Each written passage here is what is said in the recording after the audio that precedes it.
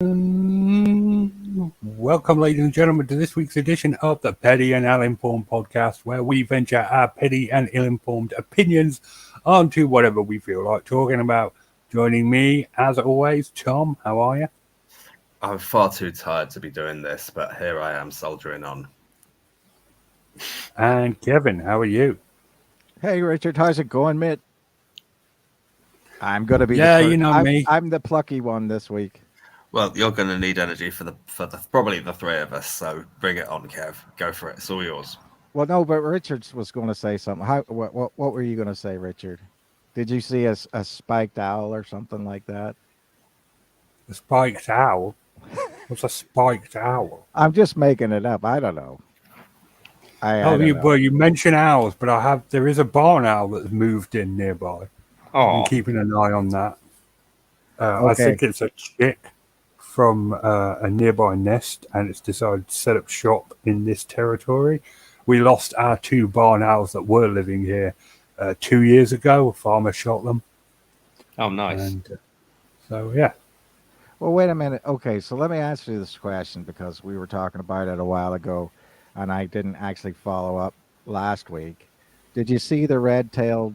What was it? Red-tailed something you were going to look falcon? The black-tailed kite. No, I did not. No. Oh well. Maybe they'll come back, mate. So why did this farmer shoot the barn owls? What have they ever done to him? A lot of farmers and gamekeepers shoot birds of prey and foxes because they see them as threats. Threats to what? The foxes? Their livestock. How is a barn owl going to be a threat to wild-stock? Yeah, It's not. I can't quite see a barn owl It's taking not at all, even a little bit. They're just pathetic little men with small dicks that like shooting wild animals. Well, that's foul.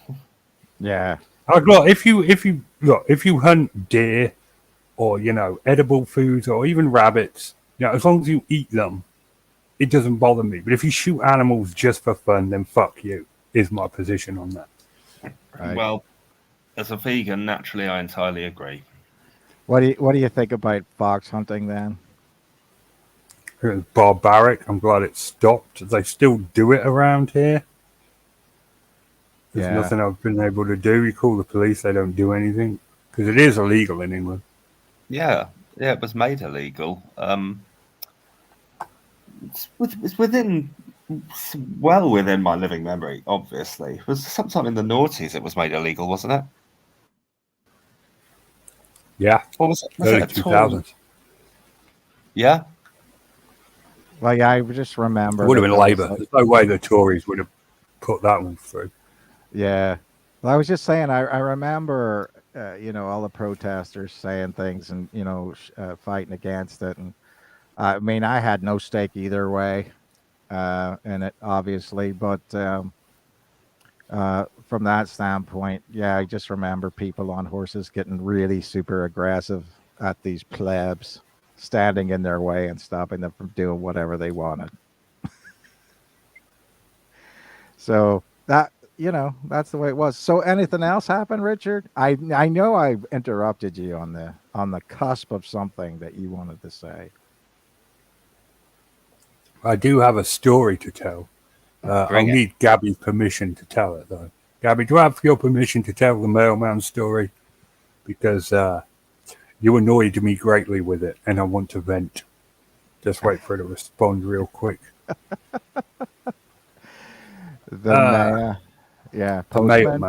Postman Pat, and his black and white cat.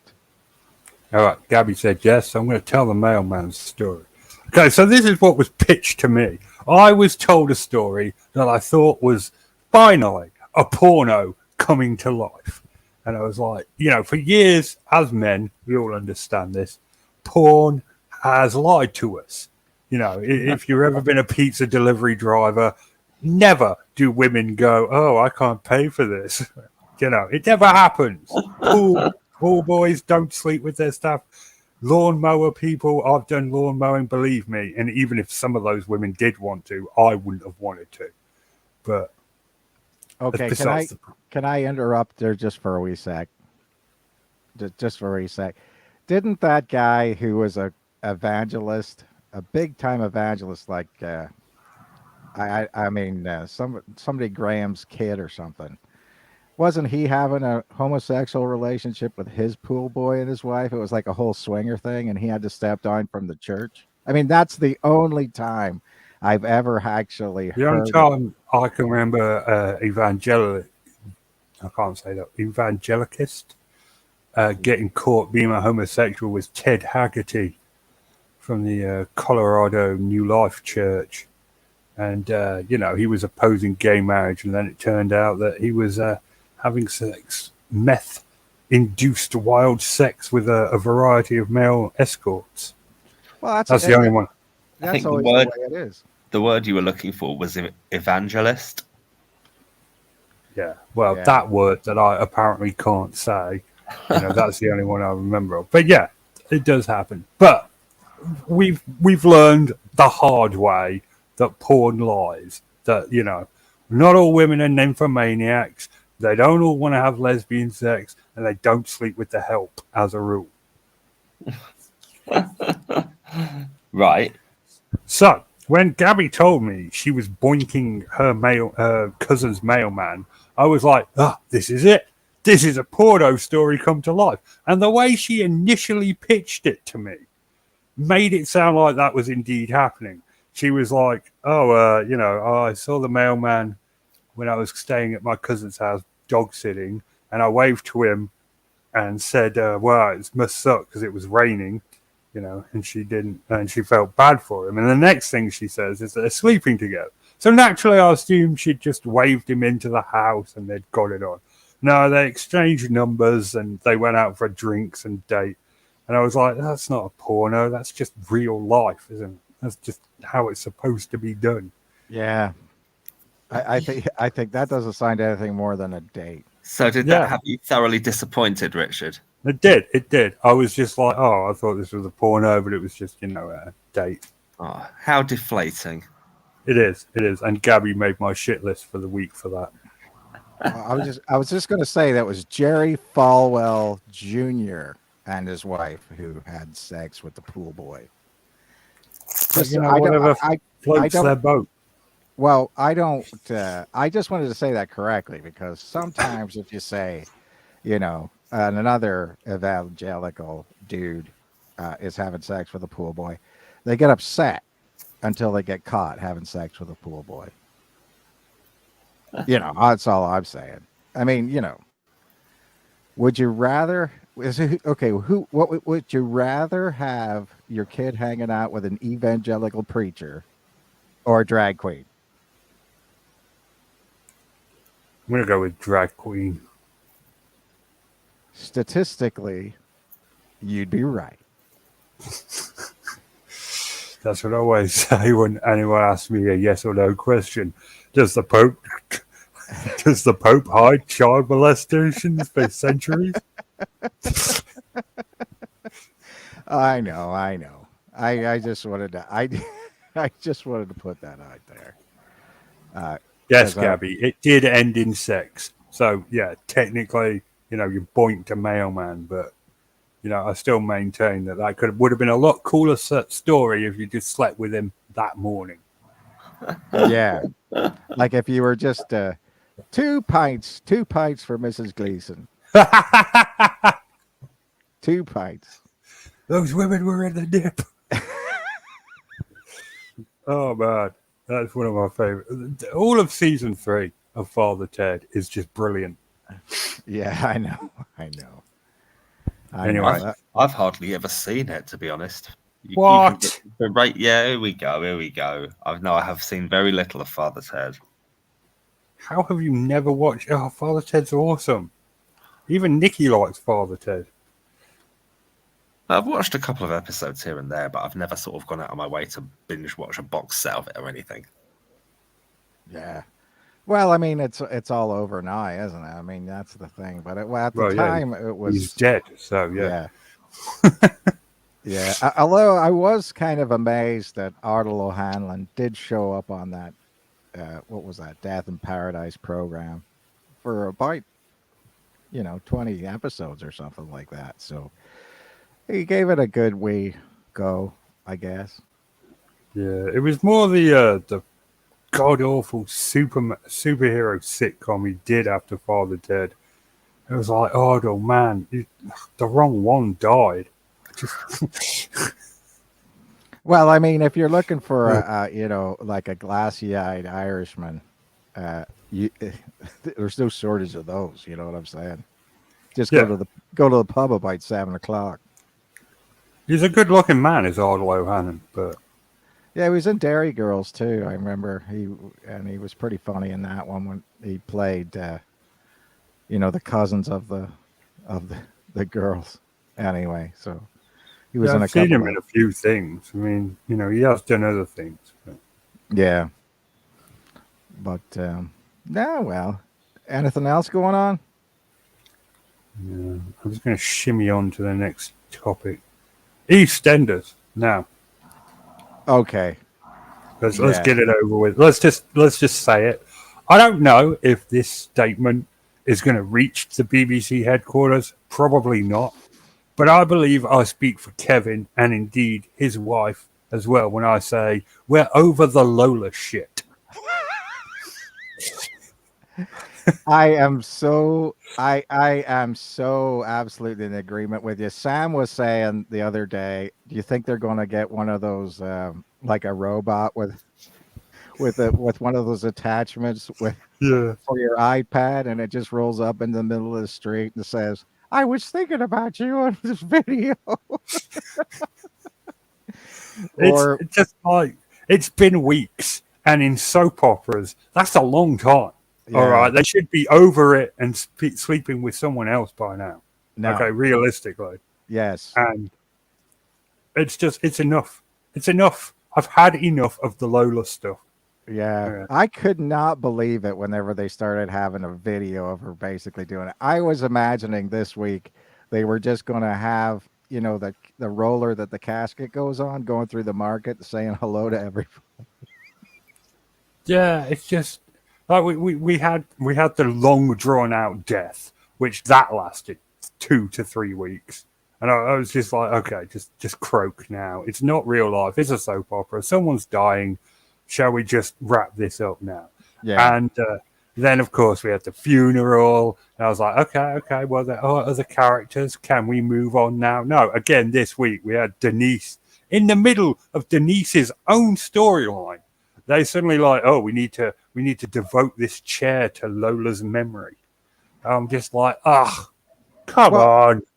I I I just don't get it. I mean, for as much as they, I don't know how you say that. I mean, it was like tantric sex. Last week we were right on the cusp of, having a great episode, Ian was back, Cindy was back, everybody Yeah. was coming back. And then this week it was just like, I Well, that was two mean, weeks ago now. oh yeah, I know, but that's what I'm saying. I just don't. I mean, you can't give us that much and then take it away. I Yeah. just, Yeah. When are I they just coming can't. back? What was the point in that if they weren't coming back? Yeah, I agree. And now they got Kim having a meltdown in the courtroom. I've never. What kind of have you ever watched a person have a panic attack, Richard? I've watched several fake panic attacks on YouTube videos by Yes, content creators trying to create sympathy for themselves. right. I've never seen a Well, real one.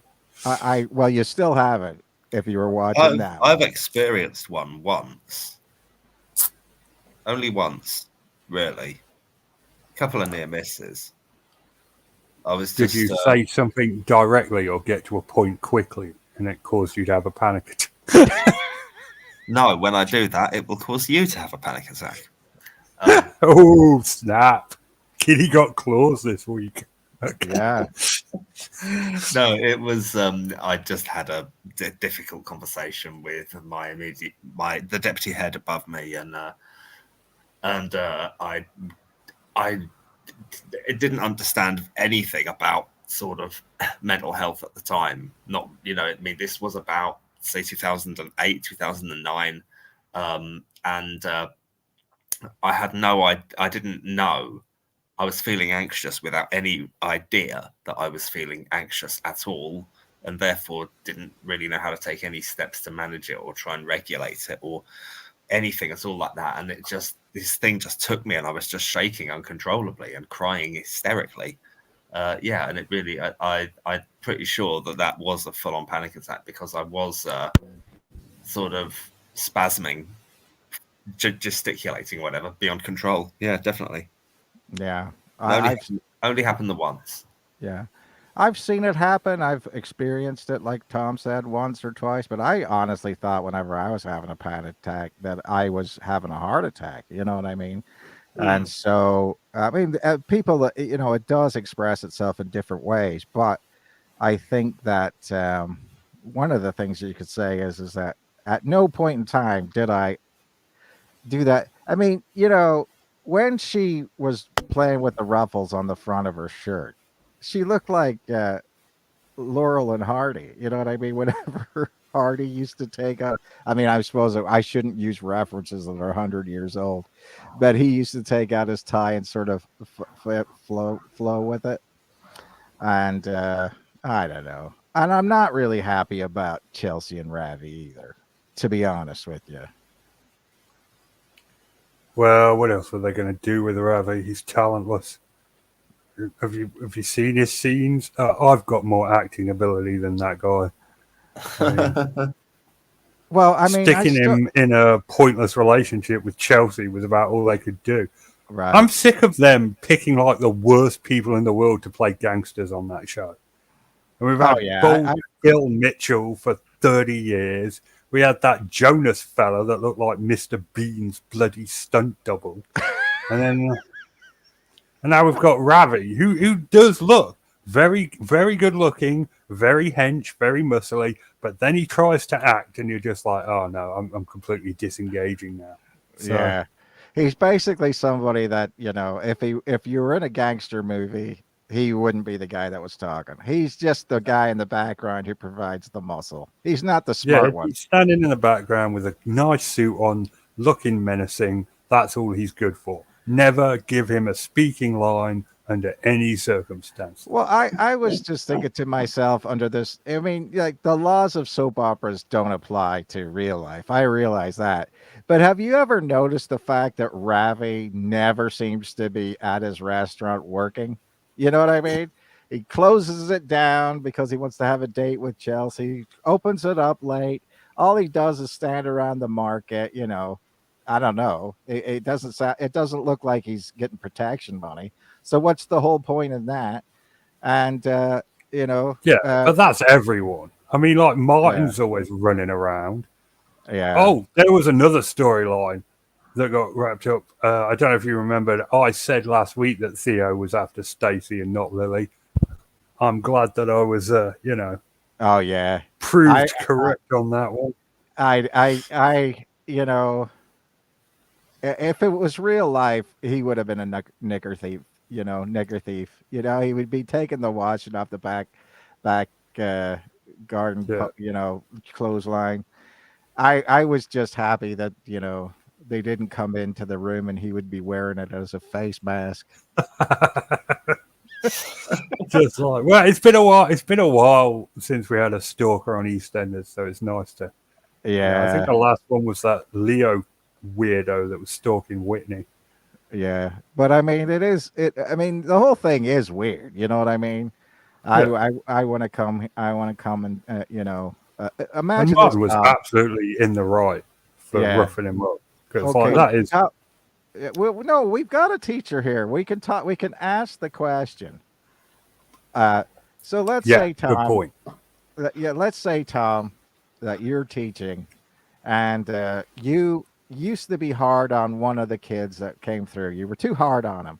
Yeah. And so that you find him, or he finds you, and so you decide to make up with him by apologizing and saying that you shouldn't be. Now then you figure out that this boy has a sister who happens to be pregnant and a family that has got no money. And so you decide that you're going to keep going around to her house after school and tutoring this girl who's not even in your class because you're not even a oh, you're a supply teacher at that point in time at different schools, but you're going to go there after work and tutor this person for free for all hours and show up at all hours and to do that. And would you think that maybe the standards And board, by her trainers. yes, and buyer trainers, do you think that the standards board might get in contact with you at that point in time, say you should probably not do that? Well, if it's a very, very silly thing to do. Rules are there for reasons, and that is an incredibly risky situation he's putting himself in. It does not. It does. There's not. It's against. I mean, surely he's a supply teacher, but not a full-time teacher. No, and he doesn't teach at the school that she even goes to. Okay, well, is it all through is it transparent? Is it run through the parents and financed through the parents and things like that? Well, the parents know, but they don't pay for it. So for whatever reason, uh, well, obviously, in this case, the lady, he has interest in the mom and not the daughter, and he's trying to wheedle his way in through the kid to get to the mom. Well, I mean, obviously, it's totally unprofessional. It's not. It's not. You wouldn't condone it, and if you knew anyone who was doing that, you'd tell them not to, and you'd have to consider reporting them yourself. Well, maybe not if the parents knew about it. Yeah. Maybe I'm not sure. I'd need to think about this, but obviously it raises alarm bells. But I mean, is he just being hired as a private tutor? Well, yeah, he hired at all. He just showed up. Yeah, and then it was one of those things where he was trying to help her with her. She's a young 12-year. I think she's 12, pregnant. 13. Okay, 13, pregnant girl, and I wouldn't touch it with a 10-foot pole, mate. I would swerve that. And how did it start? Well, yeah, because this one boy had him in his class. He was in his class, and he picked on the kid because when he was in school, obviously they didn't consider things like ADHD and things like that. Mm-hmm. And so he did help the boy get diagnosed with having ADHD. So that was a good thing. But then he sort of glommed on to this other girl because, he had the hots for the mom. And I think that in that case, should have just asked the mom out. I mean, and then that would be one thing. I mean, if you don't use a kid to get to the parents. Exactly. I mean, that's the problem. Well, that's just obvious. Well, that's written in fiction for a villainous character, isn't it? Deliberately and a manipulative. Yeah. It's not even the worst thing he's done. I mean, when we had the revelation that he was the dude that's been paying her on a secret cam video thing last week, I think that's way creepier than what he was doing with Lily. Yeah, but I mean, that was the thing. When he went into her room, though, I think that I think that for most women, I mean, if somebody is stupid enough to break into my bedroom and put my pants on their face and sniff it. You saw them do that they showed that on Eastenders. No, they didn't. But I'm just saying, mate, go through my underwear drawer. I don't care. But, I think a lot of women would feel extremely violated by a man that they didn't know going through their underwear drawer or whatever, looking through their intimates. Well, of course. What? So is that what he did? Did that happen in the show? No, he picked up a bathrobe and smelled it, and then he nicked her perfume. The insinuation. I don't see very well, so I didn't know that was her bathrobe, but still, mate, why would you sniff somebody's bathrobe? I don't know. Well, they obviously couldn't show before the watershed him sniffing her knickers. Yeah. It Oh, was for heaven's sake. it was implied. It was It highly was heavily implied implied. that's Yeah, what he was that's right. doing. Yeah, well, But it was before 9 o'clock, so they couldn't show that. yeah. See, I think that they should just have a 3-part episode with the, 2 parts before 9 and then 9:05. Just have it for another 5 minutes. That's what they did that time when Hunter shot that dodgy cop. They had it run over the watershed so they could show him shooting him. Yeah. Well, That anyway. was like 3-4 years ago now. Damn. Yeah, but I'm just thinking. I just want it to be consistent. You know what I mean? I want it to be consistently good without having these huge doldrums. It's like the doldrums in the ocean, and then all of a sudden this hurricane will whip up for 2 days, and then it just goes back to the doldrums. Consistency and no more Lola. Yes, I totally agree, and they should have just instead of having Suki come back and then act like the person who was running the street again. You know what I mean? Did you like that whenever she came out and was threatening that guy, telling him to leave No, town? no, I thought that was crap. And Yeah, you could. I hate it when they do that. I hate it when when someone quits, and that's the best they can write, and they have to write them out that quickly because you get those rushed forced storylines, and it's just, ugh. yeah, They should make them stay on for an extra month and be like, no, we're going to do this properly. yeah. We definitely are going to kill you tomorrow, and then have you come back and other episodes for at least 3 more months.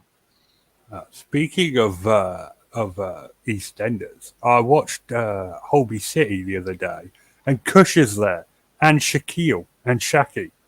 And I was like, oh, so you got killed off for good reason then, did you? But that wasn't the dodgiest thing. You remember, what's his face that used to play Kim's husband? Oh yeah, yeah. Yeah. He's on Hollyoaks now. I'm like, you left EastEnders to go on Hollyoaks. That's a step down, in my opinion. Okay. Well, I will tell you this about being a person who's visually impaired. And on Hollyoaks, whenever they are showing the text, they actually show the text on the side screen, so you can read it and not have it be so. Okay, this is what I got to do. I got to stop the presentation, right? And then back it up, go to the point where it's in their fingers. Then I got to get up out of the chair, walk over to the TV, and then look on the TV with my magnifying glass to see what they're texting, and then got to go back. That pisses me off, mate. You know what I mean? I just wish I could watch it without. Imagine all those old ladies, the pensioners that are having to get up out of the chair. Well, maybe they could use that. Maybe they could say on EastEnders, making pensioners get up and exercise since 1994. the EastEnders exercise program. They'll just have them do a little light stretching first. Aerobics with Ravi. There you go. But that's enough EastEnders for this week. We really should do the separate show. I know we've been talking about it for ages, but we really should seriously sit down. Well, and yeah. think about doing it. Well, here's the thing. It's very difficult because so I don't get the Thursday show until Friday. So I get it the next day. And it doesn't come out until 2:00. So I can't watch it until it goes, unless I were to watch it absolutely live. But I can't watch it on BBC iPlayer until the next day at 2:00. So that just, my time, 2 p.m. So it makes it a bit tough, and then if I'm supposed to have that done where we're going to do it on Friday night and release it on the thing. So we just have to figure it out what day of the week that we can actually do it. And then we can totally do it. Because, there's no problem. And I'm sure Tom doesn't want to sit here and listen to the EastEnders. It's been an interesting 20 minutes. Yeah, yeah, okay. Okay, fair enough. Yeah, we really do need to do a separate show for EastEnders, but that was last week in EastEnders. Pretty average week, all things considered. Right, Tom, what has happened? What is going on in the world that you want to talk about? Oh, England seem to be absolutely shit at cricket. No change there. Yeah. Andy Murray put in an almighty tough performance, but just lost to one of the best players in the world. You just can't put enough consistent performances together to get his world ranking high enough to be seeded in these tournaments. And I still think he's got a hell of a lot still in him. So I'm hoping that he'll be back. That's tennis for those who don't know. Yeah, sorry. It's Wimbledon at the moment. One of the big Yeah, no, I'll watch it. Grand Slams of the year. Have you been watching it, Richard? Yeah, as it may surprise you to know that I'm actually a fan of tennis. Oh, I never knew. I'm something of a fan as well, though I'm a little bit out of touch. I used to be really. They need to score it properly because the whole 15, 30, 45 thing just pisses me off every time I watch it. What? I'm just like 1, 2, 3, bloody advantage. Okay, why 15? Why 30? I've been watching it for years and I still don't know. Well, it's got to be something of the old way of doing something. Have you ever gone to the Hampton Court and seen the old tennis places that they have it, and the ball didn't bounce and it was like a sack thing and you bounced it off. I mean, you could try to, shoot it off the net or whatever. I mean, really, tennis has changed a lot, but I don't understand it. But I mean, when I was a kid, I mean, I was still. I mean, I still remember the John McEnroe days. You know what I mean? Which I would have had to have said was, sort of the renaissance of, because you get this American guy coming in just throwing fits, swearing at people. I mean, and I would say, okay, some people loved him. I think he was an embarrassment to the game, personally. John McEnroe. Yeah. I read a book once that was about sort of the 50 unsung anti-heroes of the age, people that are responsible for the state we're in. One of them was McEnroe. He basically, the author attributed to McEnroe the entire art of arguing with the ref. He felt that before that, no one had done it significantly enough for it to become a thing. But McEnroe sort of, if he didn't invent it, he legitimized it, made abusing officials something comedic, and therefore made it acceptable. And all these people are abusing referees and kids that are watching it and seeing that as an example of how to behave. That was apparently all started with McEnroe. Yeah. But I think it's an interesting thing because if you really think about the 80s, it was the best of times and the worst of times. If you think about it, so from a certain standpoint, you got all these lifestyles of the rich and famous type people. And, obviously consumption was everything in the 1980s, Yeah, Wall Street was fantastic. Yeah. And so, I mean, this was the idea that greed is good from, Wall Street and all this different stuff. Ronald Reagan and Margaret Thatcher. Yeah. Two like I said, titans, legendary leaders. Well, I mean, this is... Blimey, how long are we going to be here if we unpick that one? Oh, what? Oh, listen, man. Listen. What's your beef with Margaret Thatcher? Just how massively poor many, many people got under her leadership. Duh. Oh, Tom. That wasn't her fault. It was Labour. Labour was undercutting them all and making her look bad. Well, they didn't do a very good job of that then, did they? No, they did an outstanding job because everybody hates her. Well, I mean, Mm, with the Falklands War was her main thing. I mean, there would be people who would not. It wouldn't matter what they did after the Falklands War because that was the stemming of the tide of these different things. The plucky little island who's going to put one Harrier jet ship, all these different destroyers and all that stuff, and you know one big supply ship that had the Harriers on it. I mean, it was the really the original sort of you know small man going into large man's world. I mean, technically, if you were looking at it from the standpoints of on paper, yeah, we should have lost, but we didn't. So therefore, that was it. And a lot of people would have stuck to that. I mean, there's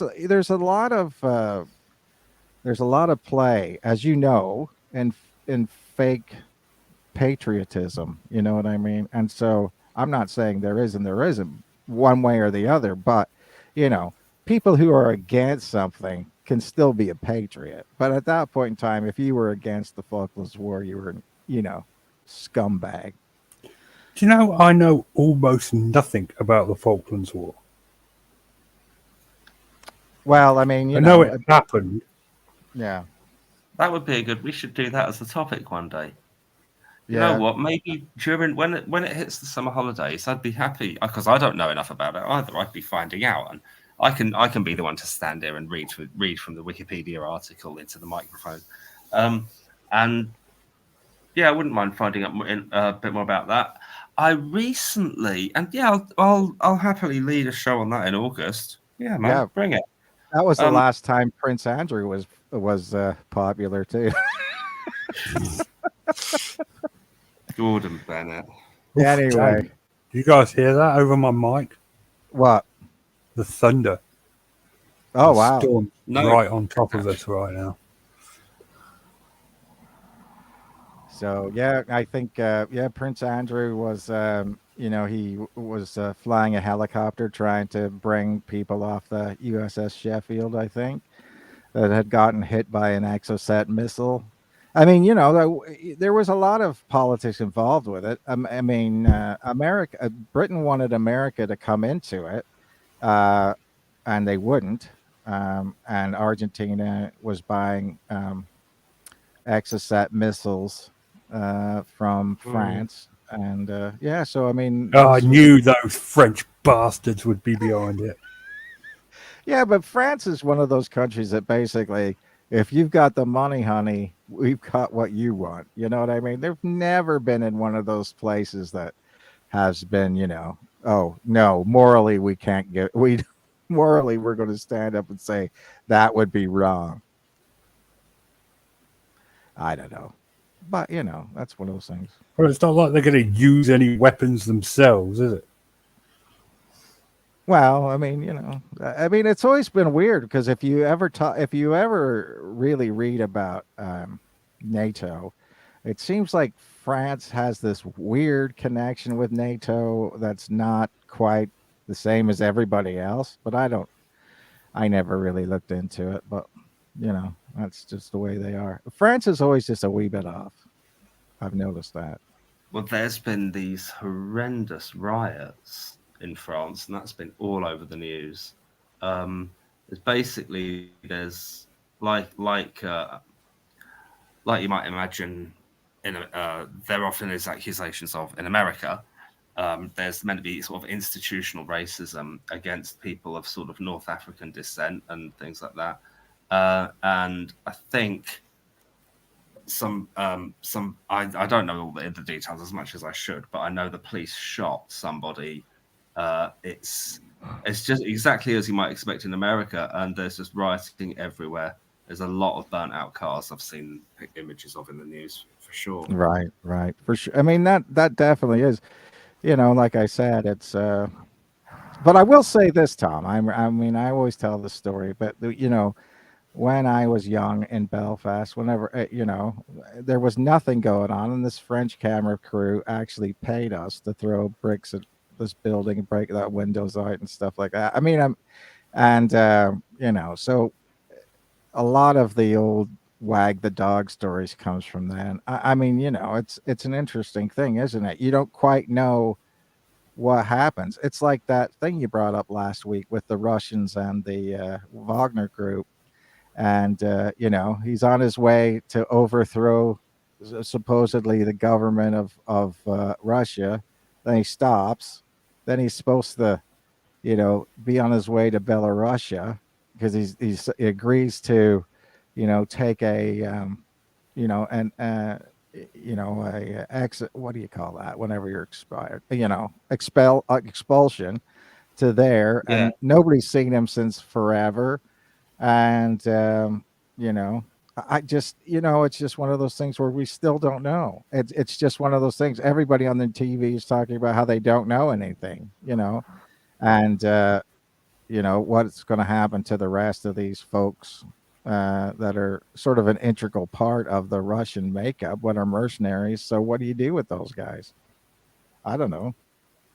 And where's the leader of it? And how come Belarusia was one of the places that they were actually using to as a staging point to invade Ukraine? So that guy's so far up Putin's ass. And then what? I mean, why would he just all of a sudden be amenable to all this? I just don't understand it. We've got lots to know about what's going on, and I don't think we do know. I don't think anybody knows. But, It's everything. I mean, every party, you can't trust a word they say. So Can't it's very trust difficult to anything know. from anyone. Yeah. So it's very difficult to evaluate, and you end up just guessing. I mean, heaven knows what's going on. well, I mean, it is one of those things. But I mean, that group was all over Syria, Sudan, all kinds of places trying to take over. Uh, you know, um, uh, places and oil fields and those type of things, mines and stuff. There was a sort of South African uh, counterpart to that at one point in time. It was called Executive Outcomes, and these were basically sort of mercenaries for hire, and they were hired by places all over,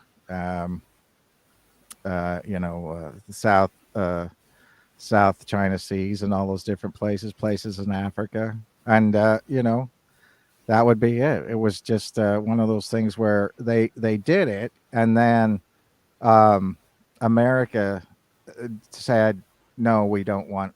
We're not going to. We don't agree with anybody that has mercenaries, right?" Which is funny, right? Because if you think about it now, we just have military contractors, not mercenaries. Just so you know, not mercenaries. Who's So we? no, America. So Yeah. I'm just saying. I don't think anybody else has that. But just to make it sure, we're not mercenaries. We have military contractors, which we do spend an inordinate amount of money on. So, like you can make for 3 months, you can make about 40 grand American going to, Afghanistan, Iraq, someplace like that. And the good part is that the military will back you up. So then at that point in time, people are saying, well, why am I making 800 a month signing up for the military if I can make all this money as, a mercenary? But you see, this is a problem of our own design. So that just happens in Russia. So here happens here or anywhere in the developing nations. We still haven't we're not finished fighting over mineral oil and, gold and all those different things. We think we are, but we still lead that sort of 1800s colonial warfare around the world where we're used to. It's just we beg other people to do it now. So the person who speaks with renowned authority on this is an American intellectual called Noam Chomsky. I've probably mentioned him on this show before. The trouble is that his books are almost indecipherable. They Oh are yeah. they're written in such intellectual language that it's very, very difficult to understand. Yeah. And it's also, he can refer to so many ideas in one sentence that you're like, what? It's so hard to keep up. I have Yeah. a book Yeah. called I agree. World Orders Old and New, and it was very much like that. Yeah, it's very hard whenever you go through a sentence and it's so beefy that it takes you, 25 minutes even to get through the sentence because there's so much things packed in there. It's very, very dense. It's almost like a technically Mm. written history book. It's definitely not one of those I'm gonna put my feet up by the fire at night books. And give it It's a very, good very peruse. Yeah, no, no. You've got to be set in. You've got to basically be set in one of those chairs where they give you the Ludovico effect with your eyes wide open, and that's how you have to read it. But again, Tom's right. I mean, this is a very, very, he does say things from a certain point of view, though. But I do find it to be interesting that what he does say for sure. Yeah. I wonder if I could find just a couple of sentences Probably from could with a cursory Google search. yeah, I'm on Yes. it. Just give us a minute. Um, I've looked up that tennis scoring thing, and apparently no one actually knows why they do it. okay. Oh, so it's tradition now. So we're going to Yeah, it's keep on doing it. tradition. Yeah. Yeah, isn't that funny how things are like? Well, we've always done it that way. Yeah. And just Well, like, so we're going to why? keep on doing it. Why though?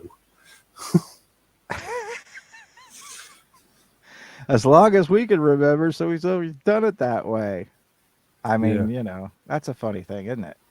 You wonder why certain things come in.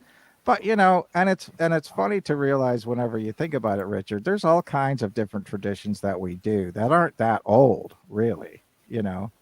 Um, it was that whole idea that Santa Claus was really not something that we ever talked about at Christmas time until the Coca-Cola company basically used it as an advertising campaign, you see?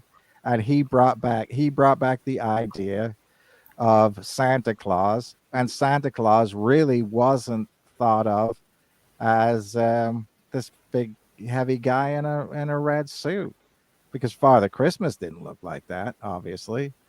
And so you get some sort of idea of sort of this Northern European sort of cross between German, Danish, and the Netherlands idea of what Santa Claus is, and go from there. But we always think that, and we don't think about the fact that up until the 1820s, it was pretty much illegal in the northeast of America to celebrate Christmas. And we don't think about the fact that Oliver Cromwell outlawed Christmas. You know, Crommers.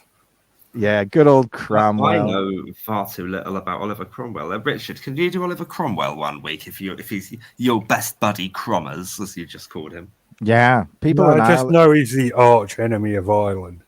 It's about Yes, the only thing that the entire country can agree on, that Oliver Cromwell was yes, a dickhead. yeah. Okay. He basically liked killing Irish people. Okay.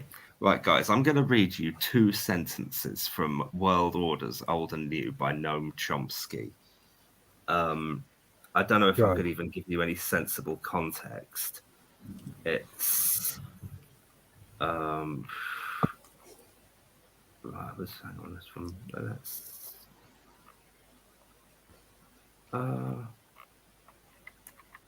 see if I can. I just want to try to find a sort of chapter or something.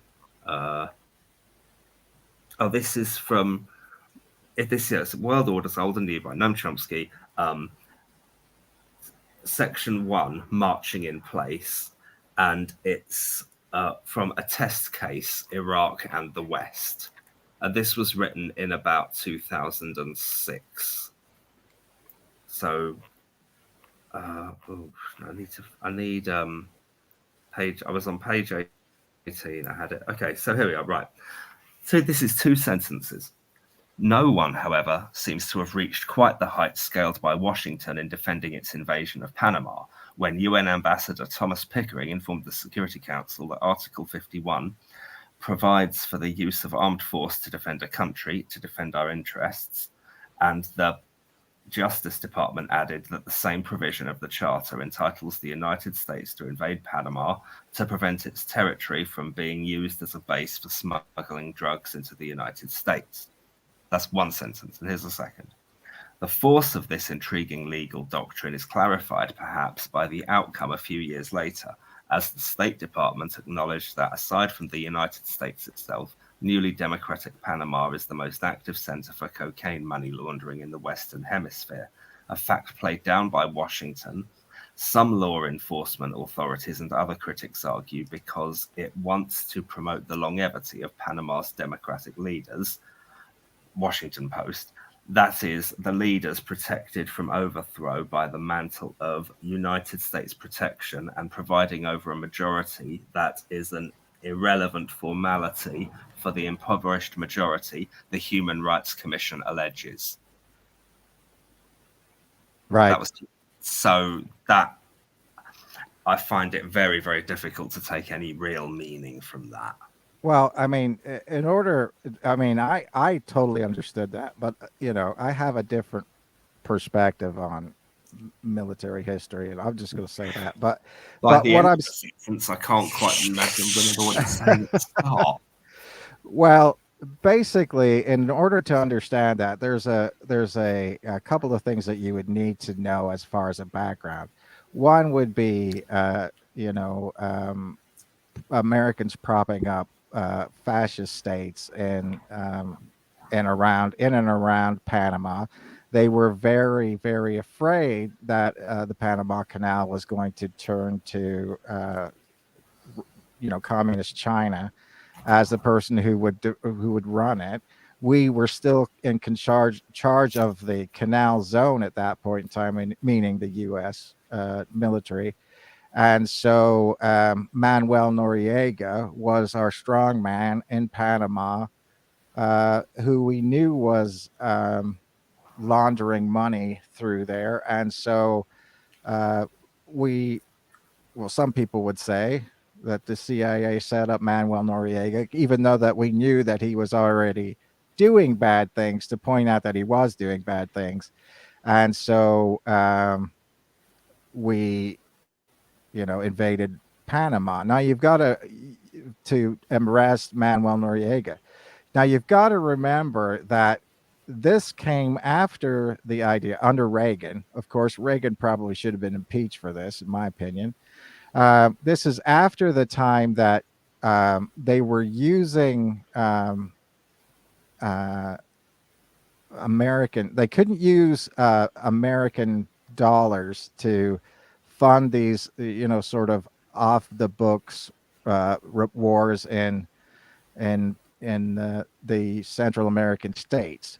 So basically, this is where you get into the Iran Contra, things, where basically we sold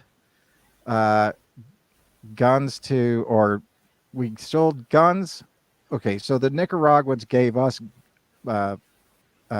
drugs. We sold guns to Iran, and then it was a big triangular circus. So basically, at that point in time, we were in this sort of course, everybody will deny it, but we were supplying the Contras that were, against these small communist, these countries who were in charge. and installing our guy. So we were basically, I mean, at one point in time, you know, like for whatever reason, there was a lot of sort of Central American people who were in charge of countries who just mysteriously had planes blow up, dropped out of windows, those types of things. But that I think that's exactly the kind of thing Chomsky always complains about. Just America's belief that it's got the right to police the entire world. Well, this is the thing that there's a bunch of arrogance in it, but at the same point in time, you would say, right, that America shouldn't do that, but at the same time, everybody wants America to do that. Tom, I have always looked at it from this point in time. They always say, well, wouldn't it be great if we had socialized medicine in America like they have in Europe? And my answer to that is the reason we don't is because we have to have such a huge military, right? A lot of people in Europe don't pay what they pay for. I mean, like the amount of uh, defense spending per capita in America is huge, and that's why one of the reasons. That's why one of the reasons we can't afford to have social programs. So as the way that goes. So we basically live on the fact that patriotism in America means that you just want to spend an unlimited amount of money on defense and not on people.